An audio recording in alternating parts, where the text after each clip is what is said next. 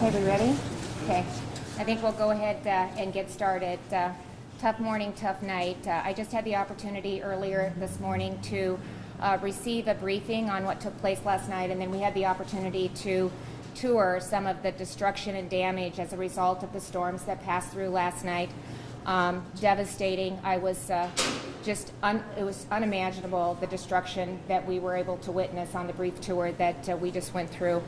Our hearts and our prayers go out to the families who lost loved ones and those who were impacted by the storm. I actually had the opportunity to speak with a few family members who had lost loved ones, as well as to talk to a family member whose homes had been impacted by the tornado. I just want to take a moment and, they're just trying to comprehend and just figure out what next steps look like and what they do next. But I want to just take a moment and talk about the local response, the emergency manager, Dio, incident commander, Fire Chief McDonald, their team and their leadership to step in and respond in the timely manner that they did. And it was evident with the briefing and with the tour that we were able to go on. And I also want to talk about what we see in Iowa anytime we have a natural disaster like this, and that is the unbelievable coordination between the local and the state, Iowa State Patrol, DCI, the DOT, the county crews, the CERT teams, General Corral, Red Cross, Salvation Army, the other emergency managers that were here from other counties that immediately show up to step up and do whatever they can to aid assistance is remarkable to me. I have received a personal call from Secretary Mayorkas this morning. He wanted to let me know that his team stood ready to help in any way that they could. He had already reached out to FEMA Region 7 Administrator Spillers, connected with them and with Director Benson on our team to let them know if there's anything that they can do. They stand ready. And lastly, before I turn it over to Emergency Manager Dio, is just to talk about the number of volunteers that I saw. 200 to 300 Iowans, not only from Madison County and Winterset, but from communities and towns all across the state that were on the ground the minute it was light and they could start helping.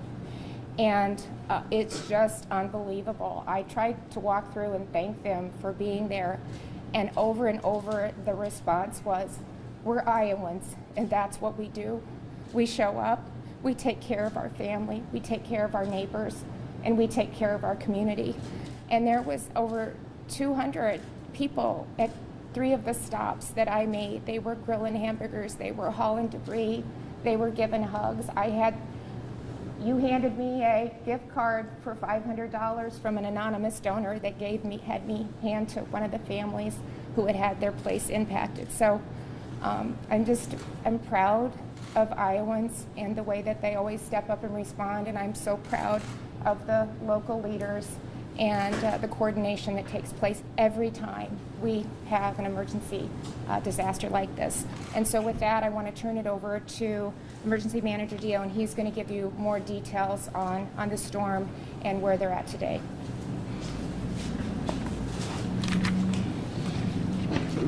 Thank you, Governor Reynolds.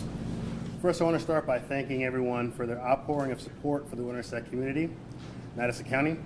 Emergency management teams, EMT, fire, and law enforcement officers from all across our state have been ready and willing to assist our community. The last 12 hours have been some of the most difficult times of our community has faced. We are strongly committed to coming together in times of need. The National Weather Service determined the tornado that tore through our community was estimated to be an EF3, with wind speeds between 136 miles and 165 miles per hour. We have approximately 52 damaged or destroyed homes in the path of the tornado that spanned over 13.7 miles. At this time, we have 6 confirmed fatalities from 3 different residents. The names of the victims are Melissa Beasley, 63, Rodney Clark, 64, Cecilia Lloyd, 72, Michael Bolger, 37, and Kenley Bolger, 5, and Owen Bogler, 2. We also have 6 victims still being treated for their injuries. The Winterset community and the American Red Cross of Madison County have emergency shelters set up at New Bridge Church in Winterset for anyone needing assistance. Governor Reynolds has issued a disaster proclamation for Madison County to allow the use of state resources for our county. Carver Road from Pamela Park Trail to Highway 169 remains closed at this time as we work to clean up debris. We're requesting the public to avoid impacted disaster areas to allow emergency responders and volunteers room to work. If you're looking to help volunteer with cleanup efforts, please contact Madison County Chamber of Commerce at 515-462-1185. Any questions? Those who died, were they able to get in and get shelter, or were they caught out, or can you describe what happened there, or do you know at this point? So right now we're not discussing that at this point. So at this time. Can you describe the response last night? How Yeah. you managed to get down that narrow road, the bridge, what it was like? Yeah. So the response once the tornado hit the ground, we already had crews that are out doing Operation Skywarn. So we already had people out and about. The roads are pretty small, and the trees were down. There's plenty of debris, but despite that, we still got our vehicles through a very small gap. And this is with debris and trees and everything around, just to go out there to start the search and rescue and to get people that were affected out of there. So, I mean, I cannot express the heroism of the first responders that were out there last night from across the state that worked tirelessly to make sure that every single person that we thought was missing was accounted for, and worked to really make sure that we can get up this morning and do the exact same thing again. So there's a lot of heroism, a lot of stories that you probably will never hear, but a lot of people did a lot of great things last night to ensure that people felt safe in the community and also were able to recover those who were deceased. As of you or the governor, a meteorologist national weather service mentioned some delays portion of the tornado warnings. Have you been made aware of those delays and there's plans to fix the system? No, so for us, I don't know of a delay for any weather warnings. Prior to this event coming in, I know for my agency, my office, we sent out about 3 or 4 notifications. Even when the tornado warning came through, we sent out a quick alert, and because of Operation Skywarn, as soon as the tornado was about to hit the ground, we hit the siren. So, I mean, me personally, I think our warning system worked really well. I mean, obviously everyone recovers in different ways, but we did our best to make sure everyone was aware of what was going on before the storm and after the storm as well. As someone who's seen, I'm sure, sites where tornadoes have hit, can you put this in perspective of what you saw there in your tour and how that compares to what you've seen in the past? Well, it's hard to put into words, but I truly believe that's why it's so important to be on site.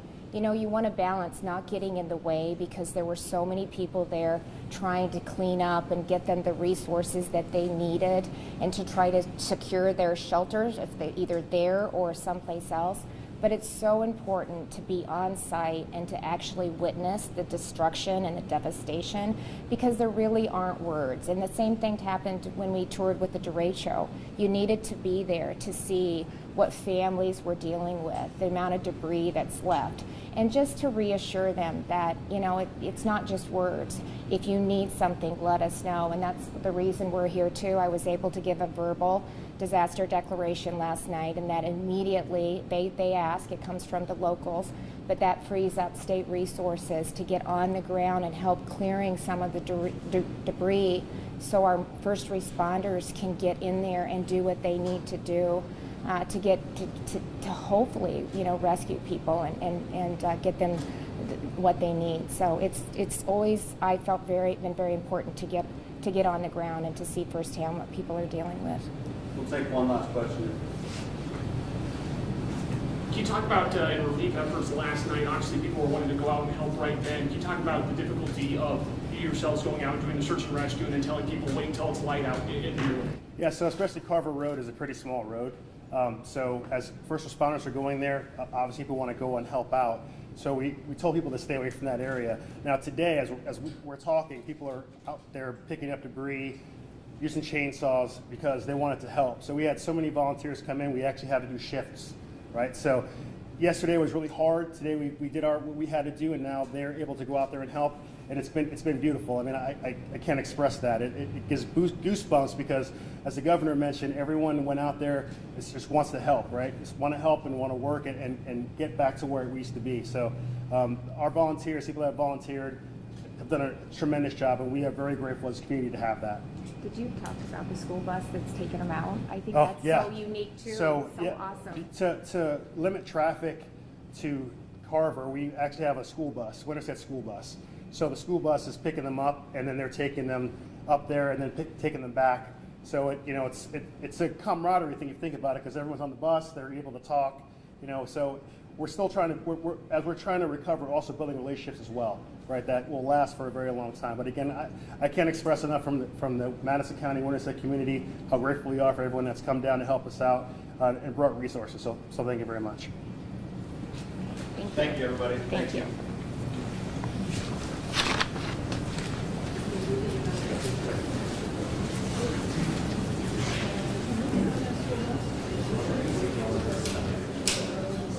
Go to the Chamber of Commerce.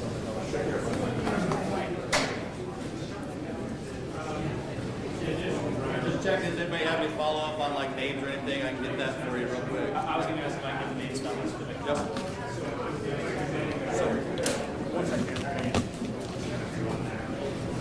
Great. So the first one is Melissa Baisley. Melissa is Melissa. Baisley is B as in boy, Azley, 63. Rodney Clark, Rodney, and Clark is Clark, 64. Cecilia Lloyd, C as in Charles, Ecilia,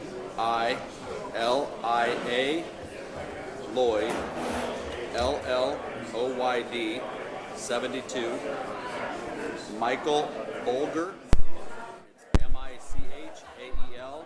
Bolger is B as in boy, Olger, 37.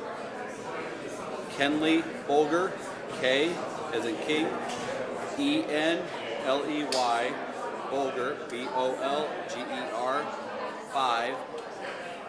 Last is Owen, Owen, Bolger is Bolger, and 2.